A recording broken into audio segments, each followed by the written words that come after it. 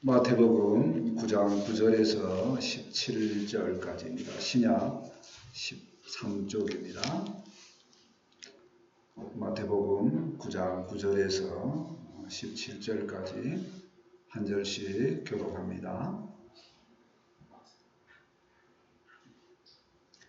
예수께서 그곳을 떠나 지나가시다가 마테라 하는 사람이 세간에 앉아 있는 것을 보시고 이르시되 나를 따르라 하시니 일어나 따르니라. 예수께서 마태 집에 앉아 음식을 잡수실 때 많은 세리와 세리들이 와서 예수께서 앞에 제자들과 함께 앉아 가니 바리새인들이 보고 그의 제자들에게 이르되 어찌하여 너희 선생은 세리와 죄인들과 함께 잡수시느냐. 예수께서 들으시고 이르시되 건강한 자에게는 용서가 자체가 없고 병든 자에게야 자체가 있느니라. 너희는 가서 내가 긍휼을 원하고 제사를 원하지 아니하노라 하신 뜻이 무엇인지 배우라. 나는 의인을 부르러 온 것이 아니요 죄인을 부르러 왔노라 하시니라. 그때 요한의 제자들이 예수께 나와 있는데 의와 선생들은 금식하는데 어찌하여 당신의 제자들은 금식하지 아니하니까. 예수께서 그들에게 이르시되 혼인집 손님들이 신랑과 함께 있을 동안에 슬퍼할 수 있느냐. 그러나 신랑을 빼앗길 날이 이르리니 그때에 금식할 것이니라. 생들과 흘러를 것에 붙이는 자가 없나니 이는 입는 것이 그것을 잠기어 여럿이 더하게 되느니라. 함께 읽겠습니다. 새 포도주를 낡은 부대에 넣지 아니하나니 그렇게 하면 부대가 터져 포도주도 쏟아지고 부대도 버리게 됩니다. 새 포도주는 새 부대에 넣어야 둘이 다 보존되느니라. 아멘. 새 시대라는 제목으로 말씀을 전하고자 합니다. 예배 전에 찬송을 하는데 찬송 신청곡이 나온 것은 처음인 것 같습니다. 참 새롭고 좋았습니다.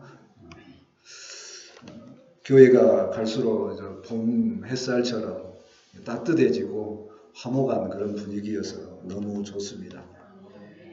다 아시다시피 대통령이 파면되었습니다. 우리는 그에 따라서 이제 새로운 시대를 이제 기대를 합니다. 오늘 말씀도 예수님께서 새 시대를 여는 내용을 말합니다. 그런데 죄인들과 함께 하시는 내용입니다. 당시 사회에서는 굉장히 이제 파격적인 선택입니다. 우리 앞에도 예수님 때문에 새 시대가 열립니다. 새 시대에 합당한 우리의 모습이 되었으면 좋겠습니다. 아멘. 첫 번째로 죄인들과 함께 하신 예수님에 대해서 생각해 보고자 합니다. 9절 말씀입니다. 예수께서 그곳을 떠나 지나가시다가 마테라 하는 사람이 세관에 앉아 있는 것을 보시고 이르시되 나를 따르라 하시니 일어나 따르니라. 마태는 누구인가요? 마태는 마태복음의 저자이죠. 예수님의 12제자 중에 한 명이고요. 직업은 뭔가요? 직업은 세관에 앉아 있으니까 세리죠. 그 세리에 대한 평가는 어떤가요? 오늘날에는 세무사면 괜찮은 직업으로 촉망되고 하는 그런 생각을 하는데 당신은 죄인입니다. 왜 죄인이에요? 로마 앞잡이죠. 동족의 세금을 걷어다가 로마에 주니까 근데 그것만 하면 괜찮은데 예를 들어서 로마가 한 달에 10만 원 걷어라. 근데 세금을 20만 원씩 걷어다가 10만 원은 로마에 주고 10만 원 자기 주머니에 챙겨. 그러니까 보통 그런 세리들이 너무 많았습니다. 그래서 그냥 공식적으로 그 시대에는 세리는 죄인이다 그랬다는 거죠. 근데 그 세리를 예수님께서 부르십니다. 근데 부르심도 너무 간단하고 또 마태는 바로 따릅니다. 성경 문장이 너무 단순해요. 이렇게 쉽게 부르고 쉽게 따를까 하는 그 모습입니다. 성경 기자는 바로 따르는 이걸 보지 말고 길게 나오는 내용을 좀 생각해 보라 그런 겁니다. 10절 말씀을 보실까요? 10절입니다. 예수께서 마태의 집에 앉아 음식을 잡수실 때에 많은 세리와 죄인들이 와서 예수와 그의 제자들과 함께 앉았더니, 예수님의 행동은 상당히 파격적이죠. 세리 마태와 함께 하십니다. 식사를 합니다. 식사를 한다는 뜻은 그와 동류이다, 비슷하다, 어울린다, 그런 말이죠. 그러니까 예수님이 죄인들과 어울리는 겁니다. 그런데 그 시간이 굉장히 즐거운 모습으로 비춰지죠. 자, 근데 이 즐거운 시간에 즐겁지 않은 부류가 있습니다. 어떤 부류인가요? 11절 말씀을 보실까요? 11절입니다. 바리새인들이 보고 그의 제자들에게 이르되 어찌하여 너희 선생은 세리와 죄인들과 함께 잡수시느냐. 부르는 내용보다 식사하는 내용이 좀 더 길게 되어 있습니다. 왜 그렇게 어울리느냐 하는 얘기죠. 자, 바리새인이 나옵니다. 바리새인은 누구인가요? 분리된 자들 이렇게 하죠. 분리된 자들. 뭐하고 분리됐냐면 세상하고 분리되어 있다. 어디에 가까이 가 있다라고 분리됐다라고 하냐면 하나님께 더 가까이 됐다라고 자기들이 우기는 겁니다. 자기들이 그렇게 주장을 해요. 그래서 어떻게 하냐면 성경에 나와 있는 율법을 굉장히 잘 지킵니다. 너무너무 잘 지켜요. 그리고 그것보다 한 발 더 나아가서 전통적으로 내려오는 유전이라고 있습니다. 교회에서 이렇게 했으면 더 좋겠다 하는 모습들이 있죠. 그것도 완벽하게 잘 지킵니다. 우리나라 말로 이야기하면 전 세계적으로 새벽 기도는 우리나라만 해요. 근데 새벽 기도도 다 지킨다 뭐 그런 뜻입니다. 엄청나게 열심히 하는 사람이죠. 그러니까 사회의 분위기는 어떠냐면 교회에서 최고는 누구? 바리새인들. 그러니까 교회에서 최고니까 이 사람들 어디에다가 세워도 괜찮겠다. 사회에 우리를 세상을 맡기는 사람으로도 괜찮겠다. 그래서 사회에서 굉장히 존경받고 높은 위치에 있는 사람들입니다. 오늘날로 말하면 우리는 해남군이니까 군의원 이런 정도에 해당된다는 겁니다. 그런 사람들이 질문을 합니다. 뭐라고 질문을 하느냐? 제자들에게 질문을 해요. 선생님한테 질문을 하지 제자들에게 합니다. 왜 그럴까요? 불편하게 하기 위해서 질문을 하는 거죠. 제자들은 그 질문을 답을 할 수 있는가요? 없습니다. 항상 성경에 나오는 제자들은요, 늘 부족합니다. 왜 그래요? 우리 모습하고 똑같기 때문에 그렇습니다. 스승인 예수님께서 왜 죄인들과 이렇게 식사하는지 모르겠다는 거예요. 그러니까 대답을 못하죠. 우리도 그렇습니다. 성경에 대해서 수십 년 동안 읽었고 설교도 들었는데 누가 와서 물어보면 대답을 못해요. 아닌 것 같은데 뭐라고 대답하면 틀릴 것 같아서 대답을 못합니다. 제자들도 똑같아요. 그런데 여기서 생각해 보아야 될 것은 뭐냐면 죄인들과 함께 하신 예수님이 아니라 이를 비방하는 바리새인들을 생각을 해봅니다. 그 바리새인들은 본인들을 어떻게 생각할까요? 옳다고 하는 겁니다. 왜요? 율법을 엄청 잘 지킨다고요. 그것뿐만이 아닙니다. 교회 안에서만 정한 것도 엄청 잘 지킨다니까요. 요즘으로 말하면 헌금 잘하고 새벽기도도 완벽하게 다 하고 교회에서 하는 행사들은 다 지킵니다. 어떤 모습만요? 겉모습은. 속은 어떤지 모르잖아요. 겉모습은 그렇게 다 한다는 거예요. 그래서 그들이 옳다고 말하는 증거는 뭐냐면 지키라고 하는 것은 다 지킨다는 겁니다. 바리새인들의 생각을 볼 때, 그 행동을 볼 때 어떤 생각을 하나요? 생각을 별로 깊게 안 합니다. 뭐라고 하냐면 바리새인들은 틀렸어 이렇게 말합니다. 왜요? 예수님이 틀렸다고 하니까.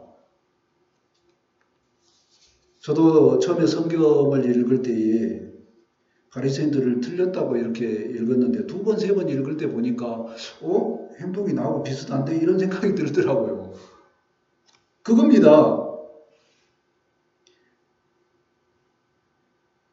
무조건 예수님이 틀렸다고 하니까 틀렸다고 덮어놓지 말고 바리새인들을 보면은요. 바리새인들이 말이 구약에 말하면 맞는 것 같다니까요. 뭐라고 그러냐면 레위기 말씀을 보면 구별되고 정결한 삶을 살아 그래요. 근데 바리새인들은 죄인들과 함께 안 합니다. 깨끗한 옷만 입고 다니고 깨끗한 일만 맨날 해요. 존경받아요, 사회에. 그러면 괜찮지 않나요? 우리는 어떤가요? 질문을 한번 해볼까요? 식사를 하나만 따지면 죄인들과 식사를 하시겠습니까? 사회적으로 괜찮은 사람하고 질문하시겠습니까?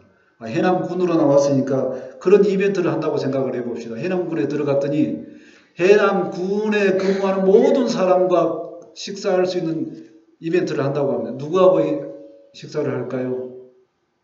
군수하고 하면 좋겠죠. 왜 그러냐면 그 얼굴 알아놓으면 뭔가 쓰임이 있을 것 같은데 우리의 생각은 깊게 생각하지 않으면 행동은 그렇게 선택을 합니다. 저 뒤에서 쓰레기나 줍는 청소하는 사람하고 식사하고 싶지 않아요. 그러면 우리의 행동은 아무 생각 없이 하는 행동은 누구 닮았습니까? 예수님 닮았습니까? 바리새인 닮았습니까? 바리새인 닮았어요. 여러분들의 행동이 잘못됐다고 지적하는 것이 아니라 우리는 아무 생각이 없으면 예수님 따라서 행동하는 것이 아니라 바리새인처럼 행동한다는 겁니다. 예수님은 지금 누구와 함께 하냐면요. 죄인들과 함께 합니다. 왜 그럼 죄인들과 함께 할까요? 여기에 생각을 해보자는 겁니다. 왜 죄인들과 함께 할까요? 예수님은 손가락질 받는 연약한 자들, 사회적 약자들과 함께 하기를 원하십니다. 예수님은 그들과 함께 하라는 거예요. 그들과 식사하면 불편할 수 있습니다. 연약한 자들하고 식사하면요. 내 주머니에서 돈 나갑니다. 식사 대접 받을 만한 일이 없어요. 항상 내가 줘야 됩니다. 항상 섬겨야 돼요. 받을 일이 없어요. 예수님은 그들과 그 연약한 자들과 죄인들과 식사하라는 겁니다. 동시에 너희는 어떠냐라고 질문하는 거죠. 너희는 죄인들이 아니냐 말합니다. 예수님께서 이 땅에 오신 이유는 죄인들을 구원하시기 위해 오신 줄 믿습니다. 아멘. 불편하지만 우리가 죄인이라고 고백할 때 우리 주님께서는 우리와 함께 하기를 원하십니다. 불편하지만 우리가 연약하다고 고백할 때 예수님은 우리와 함께 합니다. 우리가 불편한 그 고백을 함으로 우리가 예수님을 늘 만나는 우리 모습들이 되었으면 좋겠습니다. 아멘. 사도 바울이 고백한 내용이 있습니다. 디모데전서 1장 15절에 고백합니다. 미쁘다 모든 사람이 받을 만한 이 말이여 그리스도 예수께서 죄인을 구원하시려고 세상에 임하셨다 하셨도다. 죄인 중에 내가 괴순이라. 아멘. 사도 바울이 본인이 가장 큰 죄인이라고 고백할 때 그 예수님을 만났고 구원의 은혜를 영접했습니다. 우리도 죄인된 우리를 고백하고 주님을 만나고 주님과 식사하는 편안한 관계가 되었으면 좋겠습니다. 아멘. 두 번째로 예수님의 원하심을 보고자 합니다. 12절 말씀입니다.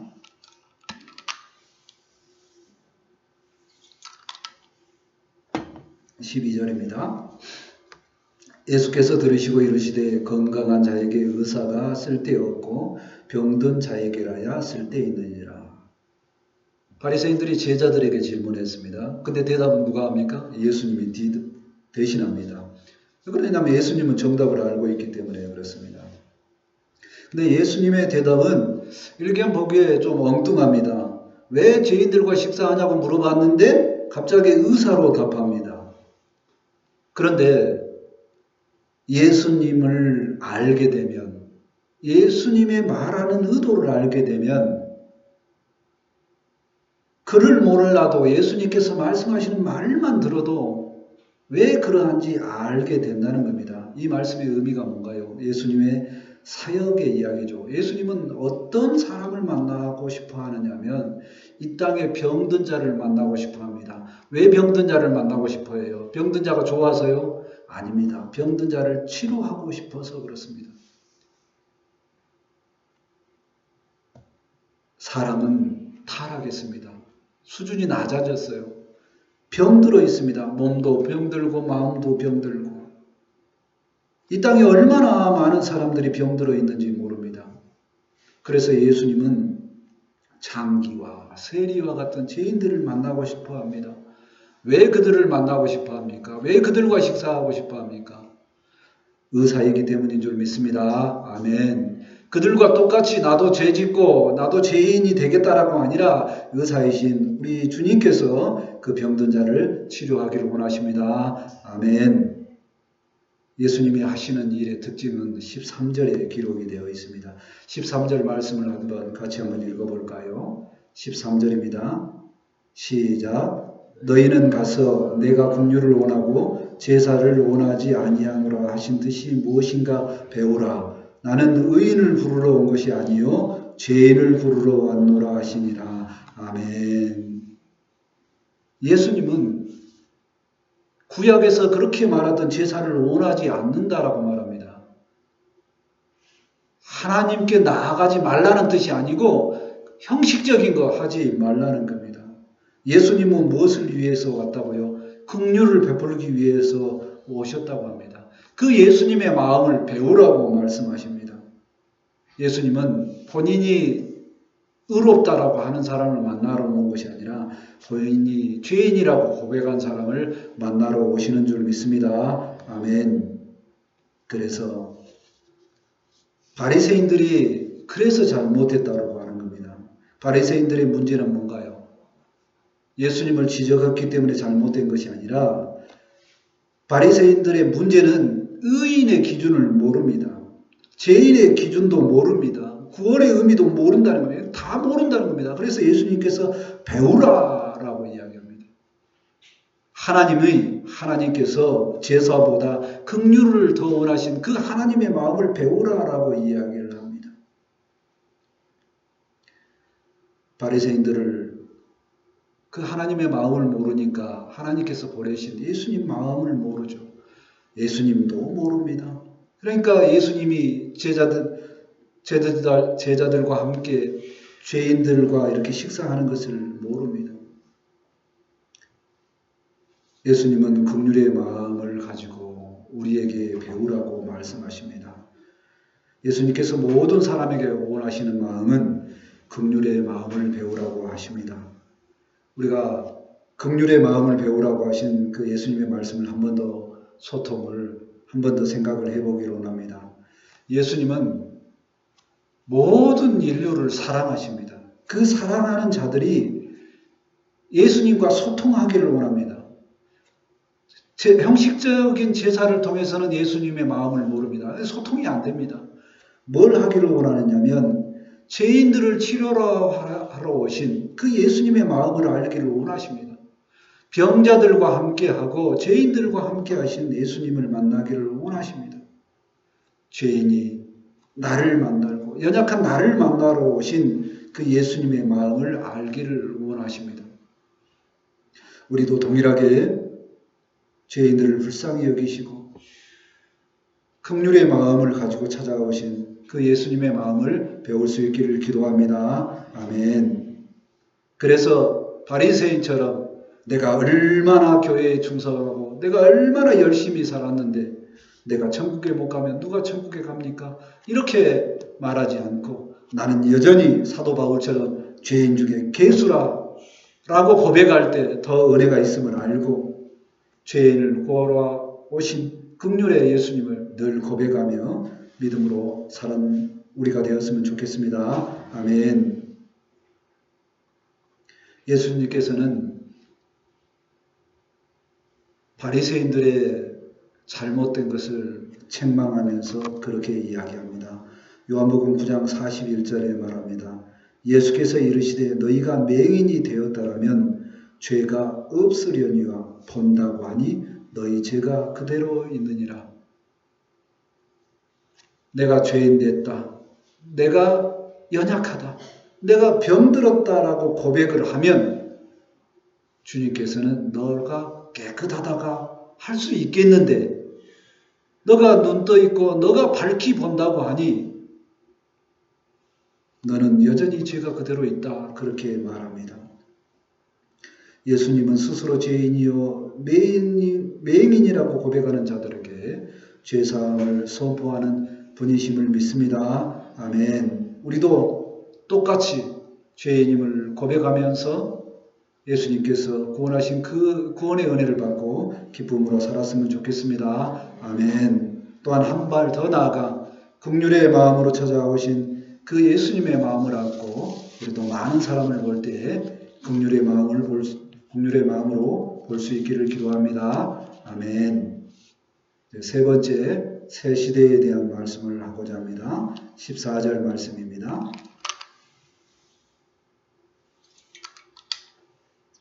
14절입니다.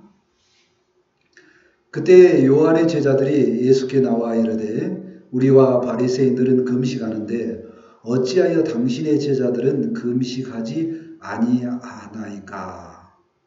세례 요한의 제자들이 예수님께 나왔습니다.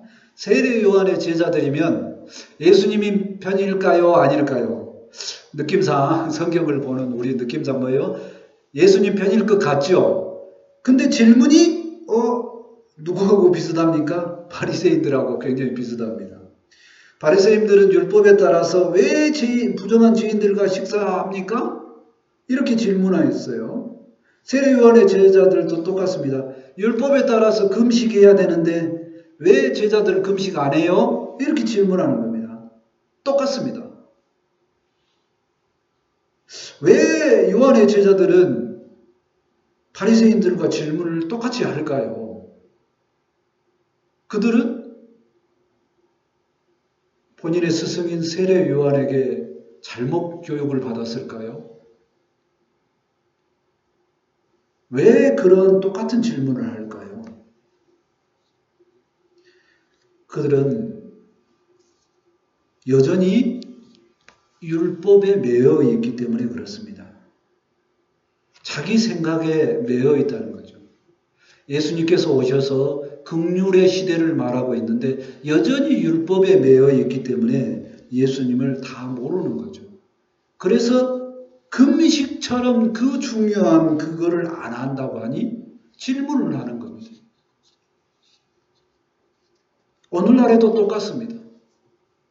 이제 다음 주가, 이번 주가 아니고요. 내일이 아니고 다음 주가 고난주간입니다. 고난주간에 우리는 전통적으로 많이 배운 게 뭐였냐면 고난기간에는 즐거워하지도 말고 웃지도 말고 예수님의 고난에 동참해야 된다. 이렇게 많이 배웠습니다.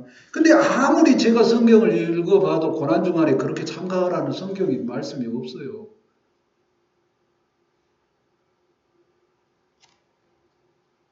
제가 그래서 질문을 한번 해봤습니다. 수많은 목회자들에게. 고난주간에 그렇게 고난을 배우라고 성경 어디 말씀에 있습니까? 고난주간은 우리가 정했습니다. 왜 그래요? 예수님을 더 배우라고. 고난을 배우라가 뜻이 아니라 예수님을 배우라고 정했다는 겁니다. 그래서 저만 그렇습니다. 새롭게 이렇게 해봤으면 좋을 것 같아요. 고난 기간에 고난을 배우지 말고 고난 기간에 예수님의 사랑을 배울 수 있기를 기도합니다. 아멘. 우리는 세례 요한의 제자들처럼 우리는 예수님의 제자라고 우리가 스스로 말하지만 똑같이 율법에 맺힌 그 질문을 할 수 있습니다. 주님께서 원하시는 긍휼의 마음에 우리가 녹아졌으니 우리도 동일하게 긍휼의 마음을 배웠으면 좋겠습니다. 아멘. 15절 말씀을 보실까요? 예수께서 그들에게 이르시되 혼인집 손님들이 신랑과 함께 있을 동안에 슬퍼할 수 있느냐? 그러나 신랑을 빼앗길 날이 이르리니 그때에 금식할 것이니라. 예수님께서 대답하시는데 또 비슷하게 대답합니다. 금식으로 질문했는데 갑자기 혼인집 신랑 얘기를 합니다. 금식할 때는 언제 금식하냐? 우리 주님이 십자가에 죽으실 때, 우리 주님이 떠날 때 금식하라, 그런 얘기입니다. 우리 주님과 함께 할 때는 금식할 필요가 없다는 겁니다. 이 땅에 이 시간에 우리 주님은 우리 예배 시간에 함께하는 줄 믿습니다. 아멘. 금식하지 아니하고 예수님의 사랑을 배우고 예수님의 긍휼을 배웠으면 좋겠습니다. 아멘. 16절 말씀을 보시겠습니다. 생배 조각을 낡은 옷에 붙이는 자가 없나니 이는 기운 것이 그 옷을 당겨 헤어짐이 더하게 됨이요. 삶의 보편적인 말씀입니다. 아주 보편적인 말씀이에요. 생배는 헌 옷에 붙이지 않습니다. 17절 말씀은 오늘 제목하고 관련된 말씀입니다. 17절 말씀을 같이 한번 읽어볼까요? 17절입니다. 시작. 새 포도주를 낡은 가죽 부대에 넣지 아니하나니 그렇게 하면 부대가 터져 포도주가 쏟아지고 부대도 그렇게 됨이라. 새 포도주는 새 부대에 넣어야 둘이 다 보존되느니라. 아멘. 아주 유명한 말씀이죠. 세상 사람들도 다 알아요. 새 시대의 메시지입니다. 새 포도주는 새 부대에. 사회 문화 전반에 걸친 겁니다. 우리 나라가 새 시대가 됐나요? 제가 봤을 때는 아닙니다. 역사는 말합니다. 인간은 불안정, 불가능합니다. 그래서 새 시대를 만들 수 없어요. 우리는 새 시대는 예수님을 통해서 만드시는 줄 믿습니다. 아멘. 새 시대 생각을 해봅니다. 예수님을 기준으로 모든 인류의 기준으로 뭐하고 AC하고 BC하고 AD로 나옵니다. 비포, 전, 예수님 전, 그 다음에 예수님 새로운 시대, 주님의 시대 이렇게 나눈다는 거예요. 도대체 예수님께서 무슨 시대를 만들었냐면 예수님께서 긍휼의 시대를 만들었습니다. 구약의 법의 시대가 아니라 긍휼의 시대. 둘 다 하나님의 마음입니다. 결국엔 뭐냐면 하나님께 나아가면 좋겠는데 예전에는 그렇게 교육을 했어요. 법을 잘 지키면 하나님께 나가는 거고 법을 안 지키면 안 나가는 거다. 이렇게 옛날 법엔 그렇게 되어 있습니다. 그런데 예수님은 새로운 법을 만듭니다. 새로운 법. 그 새로운 법이 뭐냐면 긍휼의 시대가 되었다라고 이야기를 합니다. 예수님의 긍휼함을 받고 그 예수님 때문에 구원받는다는 믿음을 가지면 어떤 사람도 긍휼의 은혜로 구원받는 줄 믿습니다. 아멘. 디도서 3장 5절에 우리에게 말씀합니다. 우리를 구원하시되 우리가 행한 바 의로운 행위로 말미암지 아니하고 행동으로 우리가 구원을 받은 것이 아니요. 그렇습니다. 오직 그의 긍휼하심을 따라 중생의 씻음과 성령의 새롭게 하심을 하셨나니 아멘. 오직 예수님의 긍휼하심 때문에 우리가 중생 거듭났고 성령의 새롭게 하심을 얻은 줄 믿습니다. 아멘. 이게 새 시대입니다. 예수님께서 오셔서 우리에게 베푸신 은혜는 긍휼하심으로 거듭나고 긍휼하심을 따라서 성령님과 함께 새롭게 되라고 말씀하십니다. 우리가 그 예수님의 은혜를 덧입어서 그 긍휼하심의 새 시대에 새롭게 사는 우리 모두가 되었으면 좋겠습니다. 아멘. 말씀을 정리합니다. 바리새인들의 질문과 세례 요한의 질문은 한편으로 보면 똑같습니다. 예수님이 틀렸다는 투로 말합니다. 법을 보고 법의 정신을 모르는 그들은 예수님이 틀렸다고 말합니다. 우리도 동일합니다. 법으로 보지 아니하고 하나님의 마음과 예수님의 마음을 보고 이제 예수님께서 새 시대를 만들었으니 새 시대 예수님과 함께하는 우리 모두가 되었으면 좋겠습니다. 아멘. 죄인들과 식사할 때에 우리도 죄인 되는 것이 아니고 죄인들을 긍휼히 여기고 그들을 영접하는 예수님의 마음을 알고 우리도 동일하게 모든 사람을 볼 때에 긍휼의 시대에 긍휼의 마음으로 모든 사람을 보는 우리 모두가 되었으면 좋겠습니다. 아멘. 기도합니다. 하나님 감사합니다. 예수님을 이 땅에 보내주시고 우리를 구원하시기 위해 우리의 행위를 보지 아니하고 예수님께서 일방적으로 우리를 불쌍히 여기시고 구원해 주신 은혜를 참으로 감사합니다. 예수님께서 오셔서 그 긍휼의 시대를 새롭게 선포합니다. 의사로 오셔서 우리를 치료하시고 우리를 낫게 하신다니 감사합니다. 이 예수님을 만났다면 우리도 동일하게 새 시대가 되었사오니 이 예수님과 함께 긍휼의 마음으로 살아갈 수 있도록 함께하여 주옵소서. 그래서 모든 사람을 볼 때에 법으로 보지 아니하고 예수님의 마음의 눈으로 보는 우리 모두가 될 수 있도록 아버지 함께하여 주옵소서. 오늘 말씀이 우리에게 새롭게 되는 은혜가 되기를 원합니다. 아버지 우리에게 힘이 되고 능력이 될 수 있도록 함께하여 주옵소서. 감사하며 예수님의 이름으로 기도합니다. 아멘. 이제 다 같이 찬송 360장 하시고 준비하신 힘을 하나님께 드립니다.